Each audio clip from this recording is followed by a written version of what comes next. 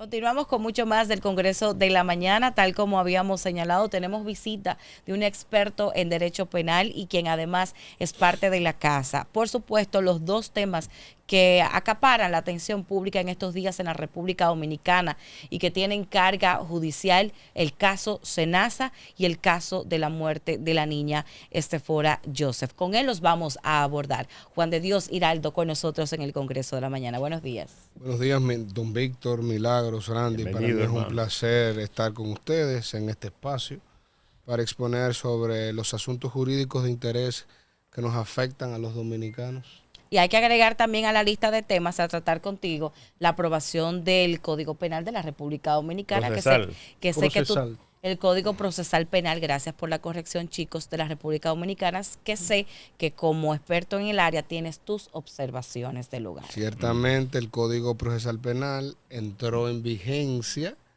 en el día de hoy en el Distrito Nacional. En el día de hoy, ya. Sí, señor. Anoten la fecha. Sí, señor. No debe haber un espacio. No, las leyes de procedimiento. Las leyes de procedimiento, conforme lo establece el Tribunal Constitucional, son de aplicación inmediata. Se friendo y comiendo. Entonces, y entran a las 48 horas en el resto del país. Muchos estipulaban que debía tener una vacatio legis para adecuarla a porque los operadores del sistema y todo el mundo la conocieran. Pero como hay un precedente del Tribunal Constitucional que ha establecido que son de aplicación inmediata, entran inmediatamente. Aunque excepcionalmente, conforme establecía el doctor Eduardo Jorge Prat, se pudo haber dado una vacatio legis. Explique ese término jurídico para el que se ha quedado como el meme, ¿no? Una vacatio legis es una vacación legal, es decir, un tiempo determinado, como el Código Penal Dominicano que se aprobó y entra en vigencia en octubre del próximo año. Es decir, un periodo para adecuar la normativa y que todas las partes conozcan ese mismo. Pero en materia de procedimiento es de aplicación inmediata. Ahora bien, cuando la norma anterior es más favorable por un principio de favorabilidad, por un principio de retroactividad de la ley, o cuando se hayan adquirido derechos y garantías, se aplica la norma más favorable. Muy bien, don Víctor. Mira, cae como anillo al dedo la presencia suya aquí. Cae como anillo al dedo en un momento en que hay mucha confusión, hay que decirlo, ¿no? Incluso en medios. He oído muchos opinantes hablar del tema y algunos manifiestan desconocimiento y otros preocupación. Yo me ubico en el segundo grupo. Mucha preocupación porque parece que hubo una necesidad a la carrera de aprobar un código procesal, como no sé, y hasta con la presencia indebida, como yo lo dije aquí y lo reitero, informaciones no que sino que las recibí de parte de la misma fuente, de que la procuradora Jenny Berenice y el consultor jurídico del Poder Ejecutivo, don Antoliano Peralta, fueron allí a la Cámara de Diputados el mismo día que se envió al Senado, y el Senado pasó volado para el Poder Ejecutivo y fue promulgado seguido. ¿Qué hay esa prisa? ¿Por qué usted cree? Miren, en República Dominicana... ¿Es cierto que hubo prisa? Sí, por dos razones. Recordemos que este Código Procesal Penal, la Ley 1015, que estaba en vigencia, fue declarada no conforme a la Constitución en diciembre, 11 de diciembre del año 2024. ¿Por qué? Porque la Ley 1015 no cumplió con el ítem legislativo. Es decir, cuando se aprobó la ley de la modificación a la Ley 76-02, que era el antiguo Código de Procesal Penal, que se modificó en el año 2015, cuando se modificó, se pronunció en el Senado, se promulgó en el Senado, se aprobó en el Senado. Cuando fue a la Cámara de Diputados hizo modificaciones y no volvió a la Cámara del Senado. Por vía de consecuencia, al no cumplir con el principio de bicameralidad, el Tribunal Constitucional dijo, mira, ese código no es conforme con la Constitución. Te lo declaro inconstitucional, tienen que cumplir con eso y tienen un año. El Congreso Nacional esperó 11 meses, casi los 12 meses, y a días de que se se sacara el código y entrara en vigencia la antigua normativa, que era la ley 76-02, aprobaron a la carrera, pero eso trajo sus bemoles. ¿Por qué? Porque todos sabemos que el Código Penal fue un código hecho a imagen y semejanza del Ministerio Público. Pero este Código Procesal Penal es una contrarreforma, derechos y garantías que se habían conquistado. Y es un proceso de involución contra ese sinnúmero de derechos y garantías. Y Finjus había denunciado el retroceso con relación a esos derechos y garantías. Y hace unos días depositó en la Cámara de Diputados las sugerencias. A Finjus se le escucharon dos temas. El tema de los plazos de la prisión preventiva, que lo aumentaba, eso no se tomó en cuenta. Y el tema del archivo, no se tomó eso se le tomó en cuenta. Pero miren, señores, este código prevé cuestiones tales como el anticipo de prueba a víctimas en condición de vulnerabilidad que no estaba, y anticipo de prueba a personas por violencia de género e intrafamiliar. ¿Qué quiere decir esto? El proceso penal es inminentemente oral y excepcionalmente va a emitir otro elemento de prueba. Si en un caso de violencia de género, ya el Ministerio Público solicita anticipadamente que a esa mujer se le interrogue en cámaras Excel. Ese video va a ser admitido al juicio. Eso es contrario al principio de oralidad. Pero además de eso, señores, con relación a la imposición de la prisión preventiva. La imposición de la prisión preventiva se imponía por 3 numerales, por 3 condiciones.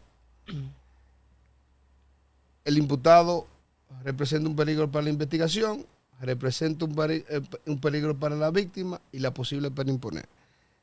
De esas 3 se aumentaron a 8, dentro de las cuales está la reiteración delictiva. Si yo violento una orden de protección, si yo tengo una suspensión condicional del procedimiento.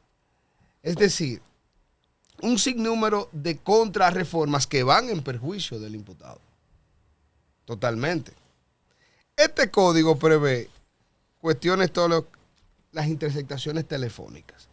El artículo 198, la antigua legislación, el artículo 196, establecía que las interceptaciones telefónicas solo eran por 60 días y se solicitaba un plazo único de 60 días más. Este código prevé que las interceptaciones telefónicas son por 90 días con un plazo de renovable por 90 días más, es decir, que aumentó el plazo. Pero además, lo más peligroso, que cuando se trata de criminalidad organizada, la solicitud de interceptación telefónica es renovable indefinidamente, escuchen eso, indefinidamente, sin superar los 4 años. Es decir, que si el Ministerio Público entiende que hay criminalidad organizada, te pueden intervenir el teléfono por 4 años. Y tenía un marco de definición que solamente aquellas infracciones penales que superaban los 4 años era posible solicitar interceptación telefónica. Eliminaron esa disposición y ahora por cualquier hecho punible se puede intervenir un teléfono. Es decir, que están limitando las garantías de los ciudadanos. Y aquí, como si nada... Y una pregunta, Juan de Dios. Estamos viendo todo eso. El artículo 74, numeral 3 de la Constitución de la República establece que los tratados, pactos y convenciones relativos a derechos humanos suscritos y ratificados por el Estado Dominicano tienen jerarquía constitucional y son de aplicación directa e inmediata por los tribunales y demás órganos del Estado. No están obligados los órganos del Estado Dominicano, tanto el Poder Ejecutivo, el Legislativo y el Judicial, y además del Tribunal Constitucional, a hacer una interpretación pro persona de ese Código Procesal Penal y aquello que verse con algún derecho humano o algún tratado que nosotros hemos firmado relacionado con los derechos humanos y declararlo no conforme a esos tratados, por tanto, no conforme a la Constitución de la República. Sí, recuerda que nosotros tenemos dos acciones, una por control difuso y una por un control directo de la constitucionalidad. Los tribunales, de manera directa, por ejemplo, temas relativos al plazo internacionales, temas relativos que somos miembros destinatarios del Acuerdo Interamericano de Derechos Humanos, habla sobre la dignidad humana, el límite razonable de la prisión preventiva, la presunción de inocencia, porque esto lacera grandemente el tema de la presunción de inocencia. Podemos, vía difusa, cuando veamos un articulado que vulnere esto, solicitar que el tribunal que esté conociendo pueda conocer vía difusa la inconstitucionalidad de eso. Y si lo declara inconstitucional es con relación al proceso que versa. Ahora bien, yo estoy seguro que este código será sometido a vía control directo a varias acciones constitucionales. Ya eso está, no se sorprendan que en los próximos días existan varias acciones de inconstitucionalidad, porque el código contempla el soslayar un sinnúmero de garantías y derechos que anteriormente estaban contemplados en nuestra norma procesal penal vigente. Por ejemplo, el tema de la prescripción de la acción penal. Anteriormente te decía cuándo prescribía la acción. Cuando se presenta la imposición de medida de coerción, que es un tema nuevo, ya la acción penal no puede prescribir o suspende el plazo de la prescripción.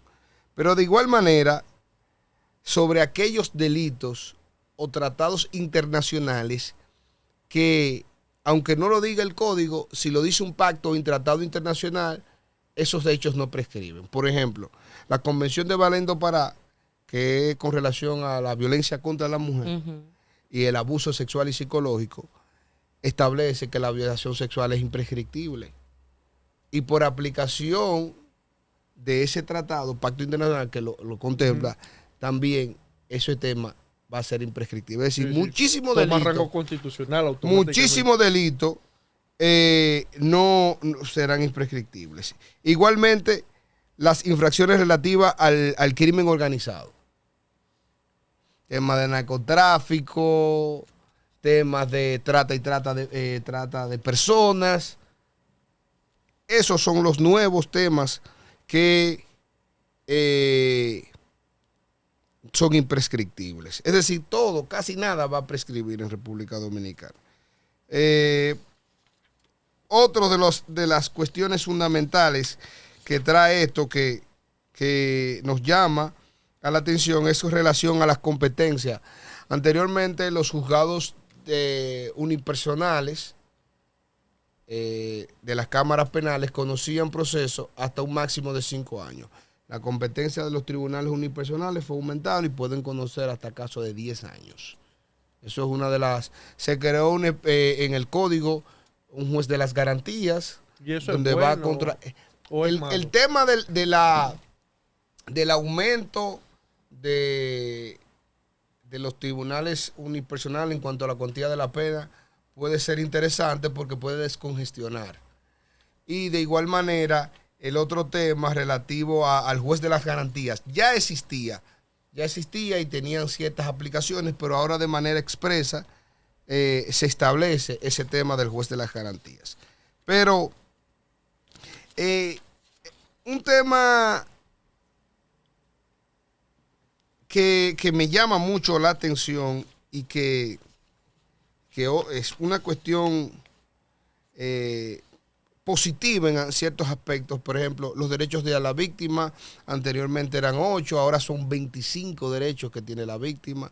Las víctimas, si tú no te constituías en querellante y actor civil, no podías concluir en la solicitud de medida de coerción. Se te está dando esa posibilidad para concluir en la medida de coerción. En cuanto a la devolución de la fianza judicial, otro tema positivo que vi es el hecho de que una vez tú deposites una fianza en efectivo, Si te descargan, se te devuelve en 15 días.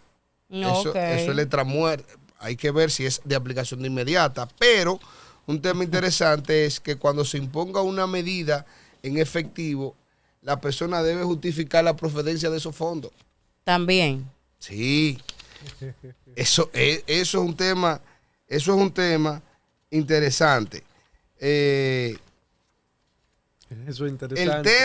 El tema que también me llamó mucho la atención es con relación a la audiencia preliminar.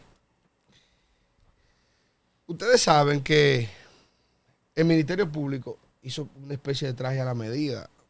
Con relación a la audiencia preliminar, el Ministerio Público estableció que va a ser simple. Eso lo decía anteriormente. Pero, ¿qué pasa? Que el Ministerio Público ahora puede hacer un resumen sucinto, presentar las pruebas en bloques y te despacha la medida de coerción. Eso va a vulnerar el principio de contradicción de los elementos de prueba. Pero además, esa audiencia preliminar prevé lo siguiente: cuando se dicta apertura a juicio, la antigua legislación establecía que solamente era apelable el auto de apertura a juicio, escuchen esto, cuando existía vulneración a derechos fundamentales. Pero cuando me dictan un auto de apertura a juicio y me varían las medidas de coerción, el Ministerio Público logró que se introdujera en la modificación del código que cuando versa sobre medidas de coerción es apelable. Me explico. Yo estoy acusado de tráfico de drogas. Y dicen, los elementos de prueba son suficientes para enviarte a juicio de fondo. En cuanto a la medida de coerción, te la varío por una presentación periódica y una garantía económica. Okay. Anteriormente eso no era apelable. Ahora es apelable. La solicitud de medida de coerción. La medida de coerción que varió en el auto de apertura a juicio. Eso involuciona el sistema de garantía que teníamos. Entonces, definitivamente, este código tiene un sinnúmero de cuestiones que realmente llaman a la atención y que la población debe leer, los actores del sistema deben leer. Te aumentó el plazo para los casos complejos. Ahora los plazos complejos no van a durar 4 años, sino 5, para el tema de la extinción de la acción penal.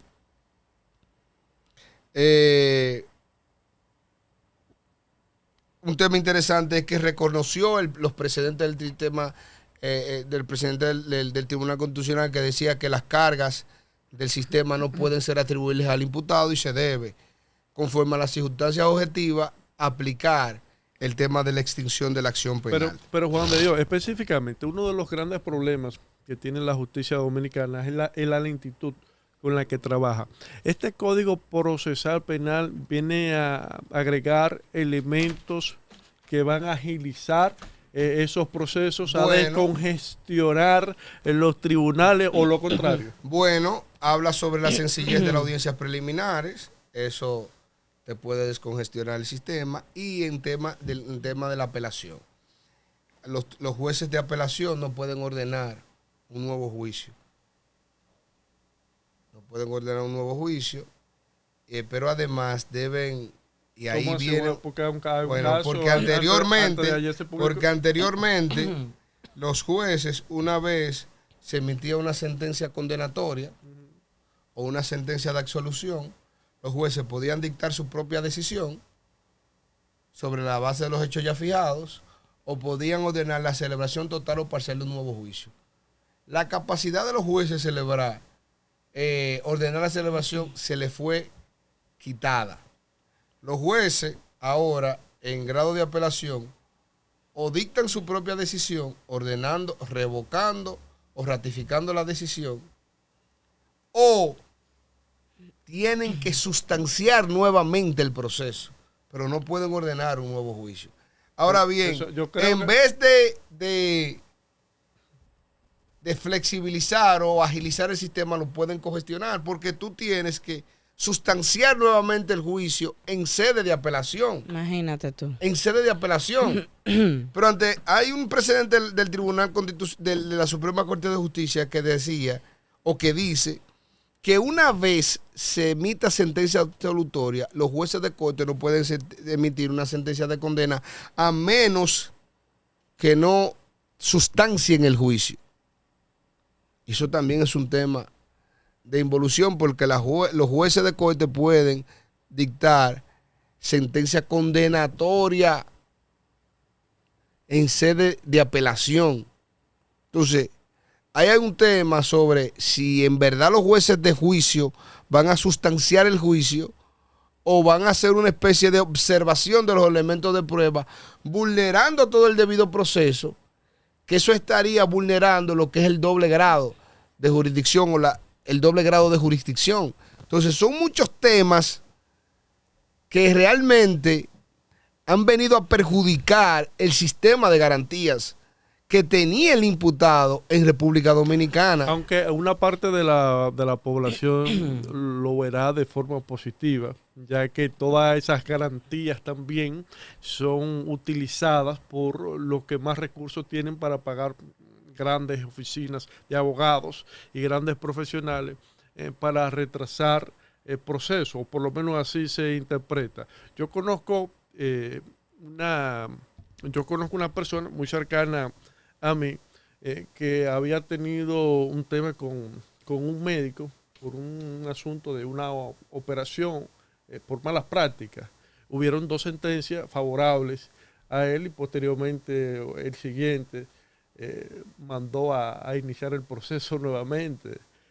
Y tienen eso ya más de 10 años. Ay, ay, ay. Entonces, es un tema complicado. Mira, vámonos a también mover del Código Procesal Penal, aprovechándote, Juan de Dios, que estás aquí para también agotar 2 temas que están acaparando ahora mismo los titulares a nivel de medios, pero también la opinión pública y, obviamente, el sentir de la ciudadanía. Porque cuando se habla de salud y de estafa, la gente se indigna. Y es el caso Senasa, donde al momento hay 10 imputados que están apresados, que están pues enfrentando sus consecuencias legales ante la justicia dominicana. Incluso se habló en el día de ayer de que uno de ellos estaba admitiendo su culpabilidad y de que negociaba con la justicia la entrega de devolución de 3.500 millones de pesos. Si eso es él, imagínate lo que hay por ahí. ¿Qué esperar de este caso?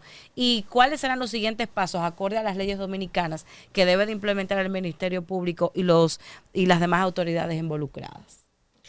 Mira, con relación al caso Senasa, se depositó una solicitud de medida de coerción contra 10 implicados, donde se establecen que estas personas operaron de manera conjunta para estafar el Estado Dominicano. Se establece que el monto asciende a más de 15.000 millones de pesos. Hay diversos tipos penales que la norma sanciona: coalición de funcionarios, prevaricación, estafa al erario público. El presidente solicitó al Senasa que se constituya como querellante y actor civil a los fines de que se resarce el daño. Ahora bien, lo primero que debemos interpretar es con qué Código Procesal Penal se va a conocer este caso, porque es un tema de discusión. Los actos de investigación y muchos actos procesales se realizaron con la antigua legislación procesal penal vigente. Eso es un tema que van a plantear los jueces, los abogados de las partes. La finalidad de la medida de coerción, ¿a cuáles fines es? Para garantizar la presencia de los imputados al proceso. Ellos van a sustanciar la presentación de la misma y van a demostrar, primero, el Ministerio Público, que existen indicios suficientes para la imposición de una medida de coerción, y van a solicitar la pena más gravosa, la imposición de la medida más gravosa, que es la prisión preventiva por un espacio de 18 meses. Declararán la complejidad, están solicitando la complejidad del asunto por la pluralidad de personas. Exacto. Por la producción masiva de pruebas, por la pluralidad de víctimas, una sola, que es el Estado Dominicano. Y por su parte, la defensa va a tratar de refutar esto y a establecer que estas personas tienen las condiciones para presentarse a los actos del procedimiento de una manera distinta a la prisión preventiva. Juan de Dios, dos cosas. Una, en caso de encontrársele culpables, ¿cuál sería la pena máxima que podría imponer un juez a estas personas que están involucradas en el caso Senasa? Y responde. Bueno, está el tema, le imputaron también el tema del lavado de activos y como pena máxima puede hasta 20 años de prisión. Pero está en que se determine que real y efectivamente se dan estos tipos penales más allá de toda duda razonable. Es la pena más gravosa, hasta 20 años por el tema de la imputación del lavado de activos. Que no es fácil. Mira. ¿Y no tiene alguna implicación extra el tipo de corrupción y los afectados? En este caso específico serían las personas más vulnerables en materia sanitaria de la República Dominicana. No necesariamente. No necesariamente. La norma describe lo que es una estafa, cuando esa estafa es cometida contra el Estado, cuando es un funcionario público te describe cuál es la conducta que debe desplegar y cuál es la sanción a imponer. No importa que si es un tema de, por ejemplo, si yo estafo al Indotel o que yo estafo al sistema de salud, que es una cuestión prioritaria. Claro. No, es una estafa contra el Estado. Cometieron prevaricación contra el Estado y coludieron para cometer un fraude contra el Estado. Y la otra pregunta es con relación a lo que expresó el presidente de la República el pasado domingo, donde ordenó al Senasa a que se convirtiera en actor civil. En este caso específico, el presidente estaría intentando cerrar las puertas a las negociaciones que ha hecho el Ministerio Público en casos anteriores para que en esta ocasión no se hagan las negociaciones. Realmente y que la institución pública busque recuperar esos bienes. No necesariamente. Recordemos que la Constitución establece que siempre se velará por un tema de solución alterna al conflicto. Cuando estamos hablando de estos tipos penales, estamos hablando, como le llaman los norteamericanos, white collar crimes, delitos de cuello blanco, delitos de tipo económico. Y cuando se tratan de delitos económicos, la sociedad lo que busca es resarcir el daño. Y si yo te resarzo el daño, y el Ministerio Público tiene los instrumentos para captar los fondos producto de una estafa contra el Estado y consigue los fondos, pero además de eso consigue una condena y luego de eso consigue una inhabilitación, de manera expedita se consigue el objetivo. Hay que ver la pena como la imposición de la pena no per se por el hecho, sino de la persona, porque las penas privativas de libertad tienen un carácter para resocializar, reintegrar, resarcir el daño moral, resarcir el daño social, y si se logra resarcir el daño y darle las condiciones necesarias a esa persona para que se reintegre a la sociedad, se va a realizar esa solución alterna al conflicto. Bien, del caso Senasa, debemos movernos al caso de la niña Estefora Joseph para aprovechar tu visita con nosotros en la mañana de hoy, Juan de Dios. Yo no quisiera utilizar a Juan de Dios nunca como profesional. ¿Por qué? No. ¿Cómo que no? Pero Juan de Dios es un excelente abogado. No quisiera utilizarlo porque él es experto en derecho penal. Tú lo que no quieres problema. Yo lo exactamente. Pero si tiene problema, Juan de Dios es el indicado, oye. No, es Juan de Dios el indicado. Entonces no digas Juan de Dios, sino el problema. El problema, yo no. Mira, antes de la niña Estefora Joseph, ¿cómo es que esa gente que hace este tipo de estafa multimillonaria maneja estos fondos? ¿A dónde va a parar ese dinero? O sea, hay uno que ya dijo que va a devolver 3.500 millones de pesos. ¿Cómo es el sistema bancario que aguanta que una gente, sin poder comprobar la procedencia de ese dinero, aguante 3.500 claro que millones? lo pueden comprobar. Es parte de las diligencias de investigación en el Ministerio Público. El Ministerio Público, una vez que conoce un hecho delictivo, no puede apresurarse para presentar una acusación soft, me da la ganaria. Sí. ¿Qué hace? Hace registros de la investigación, observa todas las circunstancias objetivas del caso. Y, por ejemplo, hay un personaje X, un empresario X, y solicita información a la DGI, y solicita informaciones a los bancos. Todos los dominicanos, las personas físicas o jurídicas, debemos hacer una declaración jurada anual. Sí, claro. Las personas jurídicas deben hacer un IR2, impuesto sobre la renta. Y entonces resulta que conforme a la circunstancia objetiva, tú presentaste que en el año antes de estar en el gobierno o ganarte una concepción o algo, tus ingresos eran anualmente de 5 millones de pesos. Pero resulta que ese patrimonio creció exponencialmente durante los últimos 5 años y en vez de tú hacer una declaración jurada de 5 millones, está haciendo una de 500. O de 3.500.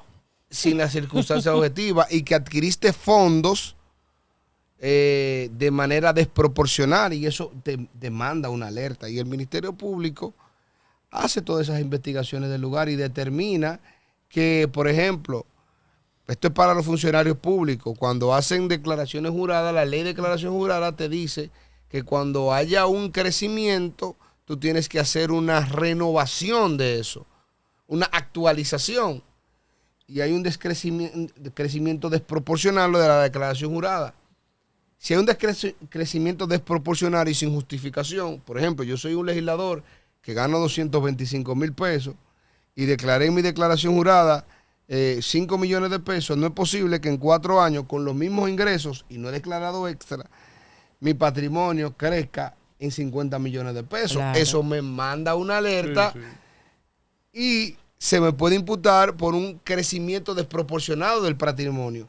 Y eso contempla una sanción de hasta 10 años. Bien. Que no es fácil. Según el INASIF, en su informe 552-2025, con fecha del 19 de noviembre, en el caso de la niña Estefora Joseph, declara la muerte de la niña por asfixia mecánica por ahogamiento. Es una muerte violenta. Al momento hay 4 personas detenidas por la justicia, 3 maestras y una directora. Si esto es así, la pregunta que nos queda a nosotros y que nos hacíamos, ¿quién o quiénes la ahogaron? ¿Y cómo ahora se va a llevar el proceso? No es así. Ok, no es así. Explícanos. Es una muerte por ahogamiento. La obstrucción se produjo por el agua. Por el agua. Pero también esa muerte mecánica por ahogamiento se puede dar por estrangulamiento.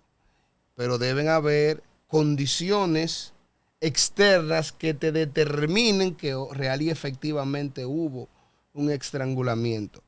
Cuando se da el ahogamiento, tú tienes que, por circunstancias objetivas, determinar que hubo una causa externa que produjo el ahogamiento. Y para eso estaban los videos.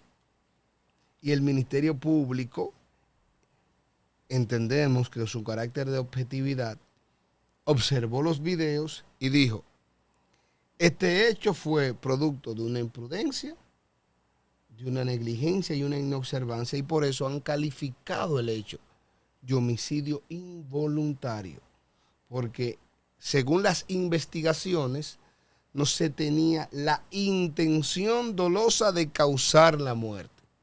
Eso es lo que tenemos en este caso. ¿Que ha habido negligencia? De todas las partes, totalmente. Que este hecho ha lacerado la integridad y la conciencia crítica de muchas personas y que como dominicanos y que como seres humanos nos ha trastocado ciertamente.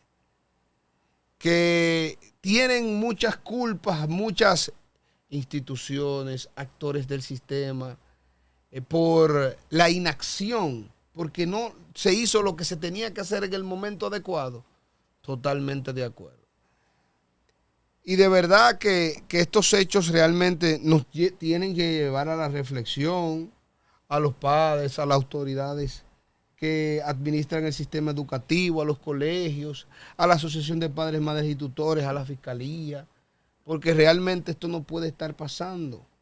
Esto no puede estar pasando. Las víctimas tienen derecho a enterarse de todo cuanto sucede respecto a un caso. Totalmente. Y máxime cuando se trata de menores de edad. Claro. Que de hecho hay informaciones que supuestamente personal de la fiscalía le estaba negando a los abogados y a la familia de esta niña, de Estefora Joseph, datos puntuales y hasta el informe y todo eso. Vimos como en los medios de comunicación los abogados tuvieron que hacer un desplazamiento mediático, Sí, la madre sí. hacer un desplazamiento mediático Así fue. para que se le prestara atención. Eso es lo que vimos en los medios de comunicación. En el día de hoy precisamente se está conociendo la solicitud de medida de coerción contra 4 personas, donde el Ministerio Público detalla de manera genérica, no de manera específica, qué hicieron qué no hicieron esas personas para la comisión de esa infracción, porque estamos ante presencia de cuestiones omisivas que no dejaron hacer. Y ellas tenían una posición de garante respecto de esta niña y de 87 niños más, de 86 niños más que estaban en esa hacienda, porque se vulneró primero una resolución emitida por el Ministerio de Educación donde se prohibía esos temas, y son cuestiones que realmente comprometen la responsabilidad penal y civil de las personas físicas como de las personas jurídicas en este caso. Licenciado, por último, yo me voy atrás al tema original. ¿Constituirse en suprapoder para qué? Es lo que podría interpretarse. Usted sabe, usted se ríe, usted sabe qué es lo que yo quiero preguntar. ¿Qué se mueve? Bueno, yo escribía que... ¿Se ve que entendió bien?